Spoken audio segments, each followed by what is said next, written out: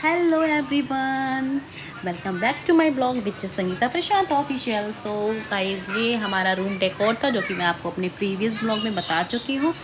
29 को हमने रात के 12 बजे, जो कि 30 जनवरी स्टार्ट हो जाती है, हमने अपना केक कट किया, अपनी फ़ोटोज़ लगाई। यहाँ ये देखो हमारी छुटकी, ये कैसे रह जाएगी, हमारी फर्स्ट एनिवर्सरी से ही हमारे साथ है हमारी बेटी।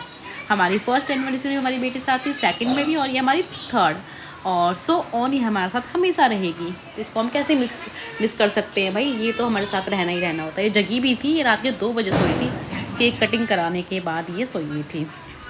ठीक है। सो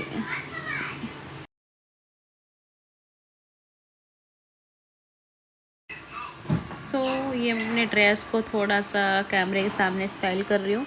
और ये हमारा केक था, हमने कुछ रील बनाई थी जो आजकल बहुत ट्रेंडिंग में है। तो मैंने सोचा कि क्यों ना मैं अपनी एनिवर्सरी पे इसको क्रिएट करूँ, और मैंने बहुत अच्छे तरीके से इसको क्रिएट कर लिया था। आई थिंक है आप लोगों ने भी बहुत पसंद किया, इसमें मुझे बहुत सारे व्यूज़ भी मिले। इस रील को मैंने ऑलरेडी पोस्ट किया हुआ है फेसबुक पे भी और अपनी इंस्टाग्राम आईडी पे भी, तो आप प्लीज़ चेकआउट कीजिए। और ये है मेरे नेक्स्ट डे का आउटफिट, जो कि मैंने पहनी थी शिफॉन की साड़ी। शिफॉन नहीं, जॉर्जेट की साड़ी थी ये, लाइक बॉलीवुड साड़ी जो होती है ना, जो हमारी सेलिब्रिटीज़ पहनती है।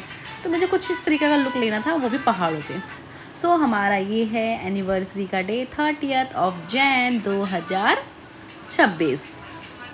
तो मैंने स्टार्टिंग करी सिंदूर लगवा के अपने हस्बैंड से। मैंने कहा आप ही लगाइए, और मेरी हर एनिवर्सरी पे सिंदूर मेरे हस्बैंड ही मुझे लगाते हैं, या कोई फेस्टिवल होता है तो मैं उनसे ही लगवाना प्रेफर करती हूँ।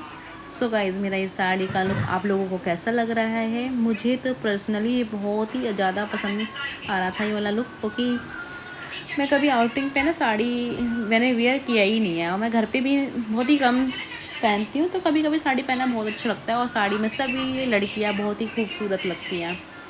आप सब ने भी देखा होगा कि जब आप लोग साड़ी पहनते हो तो अलग ही पर्सनैलिटी, आपका ऑरा जो होता है निकल के आता है ना। मैं अब हम लोग ना रेडी होके निकल गए थे बाहर आउटिंग के लिए। हम पहुंच गए थे इस घाट पे, गंगा घाट है ये। यहाँ से हमें ये नाव पे बैठना था, नाव हमें उस पार लेके जाएगी जहाँ पर राम झूला था। हाँ, राम झूला।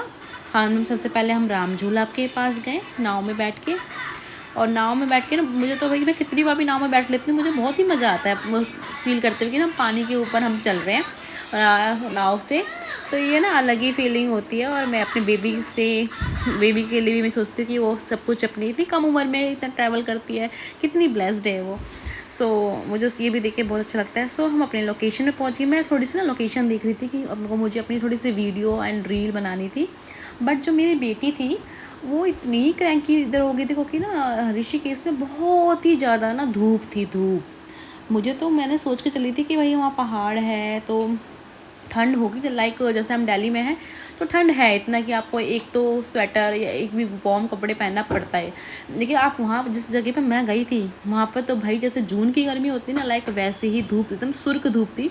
और मेरी बेटी को धूप बिल्कुल भी पसंद नहीं है, ना बर्दाश्त है उसको। उसको मेरे हस्बैंड सेटल कर रहे थे, उसको बोतल लगाकर कि थोड़ा सा वो सेटल हो जाए। और मेरे हस्बैंड बहुत ही सपोर्टिव हैं, और वो कहते हैं कि तुम अपने थोड़ा सा अपना रील वगैरह जो भी बनाना है आप बना लो, मैं इसको देख लेता हूँ।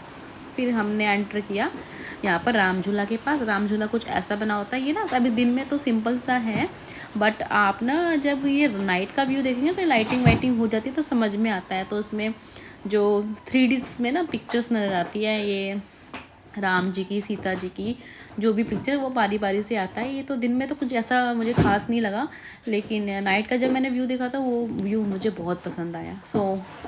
मैं इस जगह पे फर्स्ट टाइम गई थी। और जो भी ऋषिकेश जाते हैं वो लक्ष्मण झूला, राम झूला ज़रूर देखते हैं। हमारा भी जो डेस्टिनेशन था यही था। मैं यहाँ पर ना हवा बहुत अच्छी चल रही थी, धूप थी लेकिन हवा भी थी। लेकिन मेरी बेटी छोटी है तो परेशान कर रही थी। फिर हम नाव में आ गए और हमने फिर से क्रॉस किया, और हमें जाना था अब की बार लक्ष्मण झूला।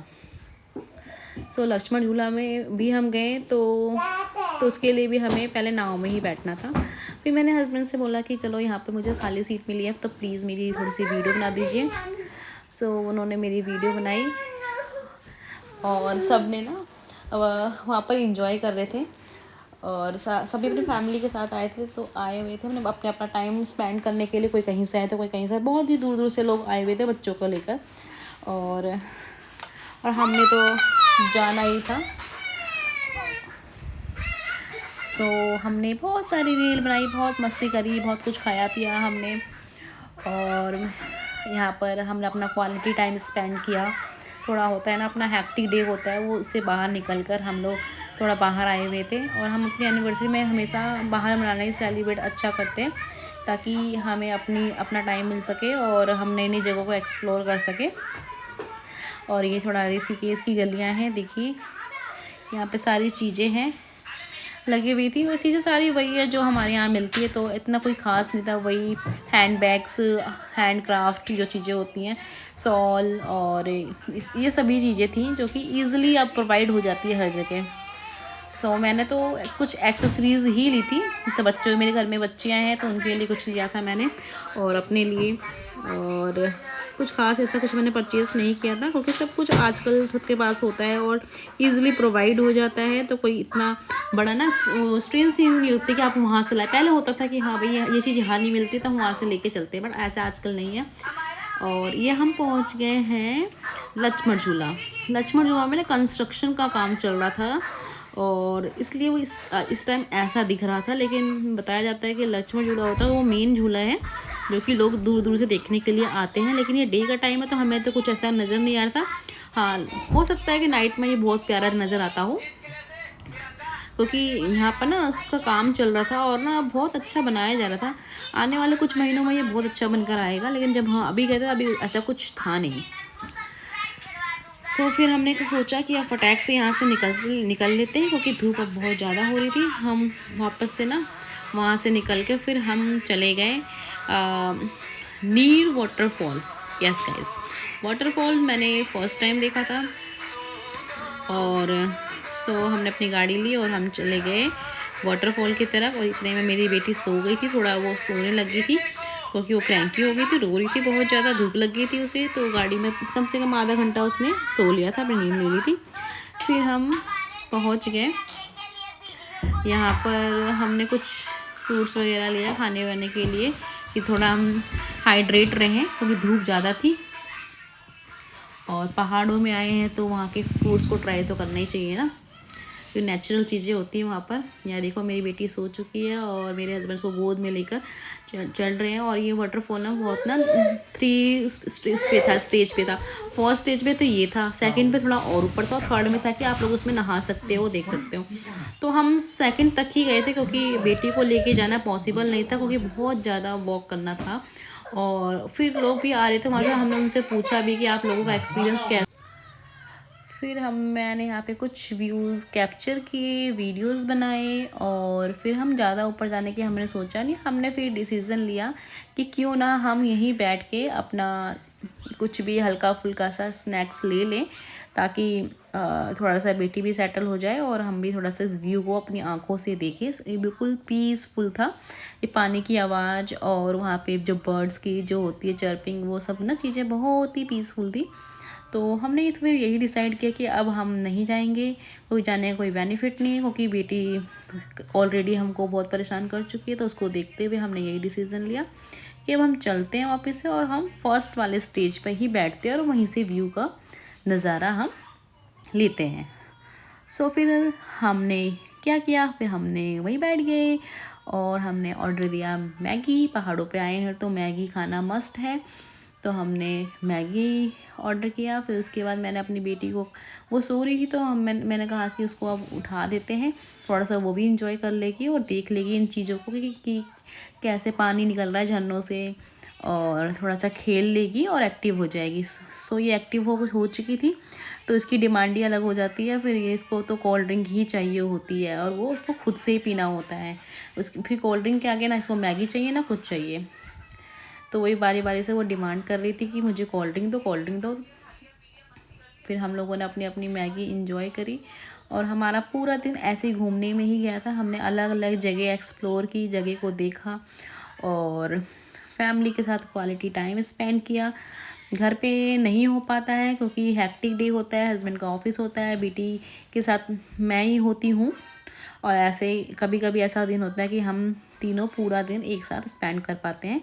तो हमें तो बहुत अच्छा लग रहा था। और वहाँ पर ये देखो, ये पानी को देख रही थी कि पानी आ कहाँ से आ रहा है। ये कहती है स्विमिंग पूल है। मैंने कहा पूल नहीं है बेटा, ये तो वाटरफॉल है। तो कहती है मुझे इसमें जाना है। वो क्योंकि वो कोई भी पानी देखती है उसको लगता है कि ये आपका वाटर पार्क है और इसमें नहाना ही होता है।